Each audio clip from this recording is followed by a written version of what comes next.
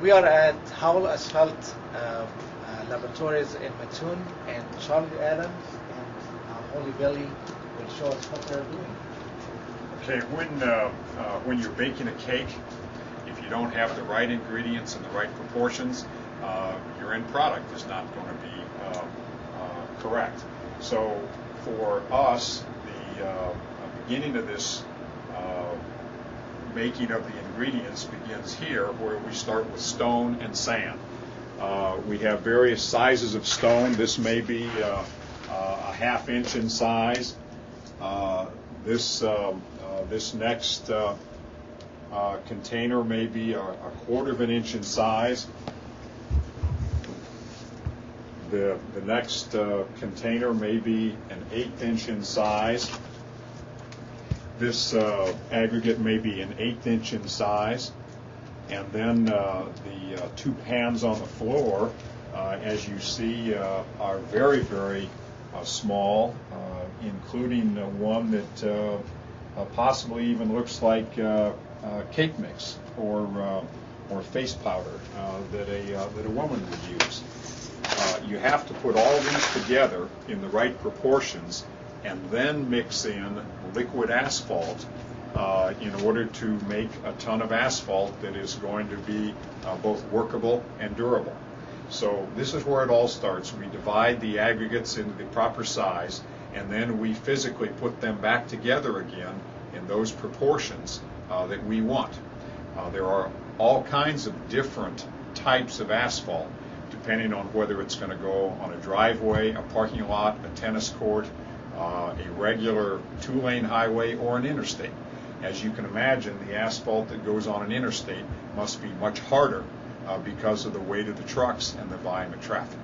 So from here, I think we need to go over into the next room, which is where we mix all of these together. Before in order to separate these aggregates into various sizes, we use sieves, and these sieves are all what we call standard sieves, and these are produced by U.S. Standard Sieve. It's a U.S. Standard Sieve series produced by dual manufacturing. But every asphalt contractor or laboratory in the nation that is doing this type of work will have exactly these types of things. They're certified to be exactly the same size. And you can see this is kind of a middle size, and then it goes down to a small.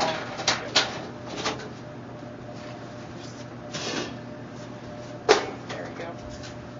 Kind of the top size. This one would be obviously for separating out very large size aggregates. We would have these at every one of our asphalt plants. The Illinois Department of Transportation will have one of these, or a set of these, or several sets at every one of their laboratories.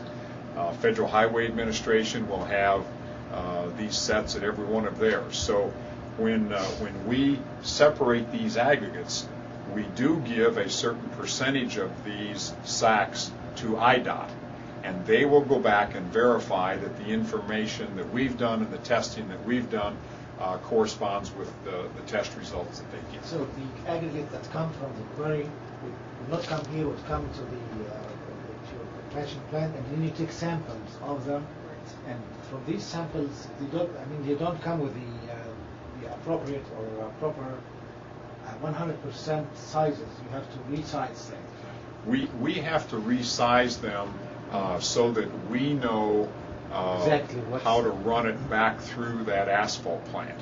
And just because it's produced at a certain size at the stone quarry, by the time it travels 100 miles in a railroad car or travels 150 miles in a truck, that gradation may change. Yes. And so we have to verify it on location, and we're doing this testing every single day at every single one of our asphalt plants. So you would put all these sieves on top of each other on a shaker or something? That is exactly right. And shake it, and then you would measure and weigh how much stayed on this sieve, and that would tell you percentage retained. And percentage retained is exactly what you need to know. That's exactly right. Yes.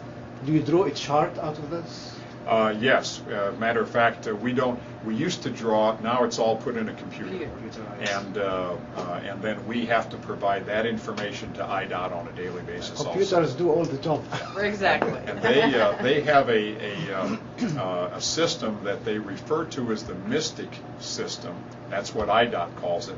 And all of the gradations and all this information goes into a central computer and a central database that they retain. So if 3 years down the road there was a problem on a particular project, they can go back into their database and they have all this raw information.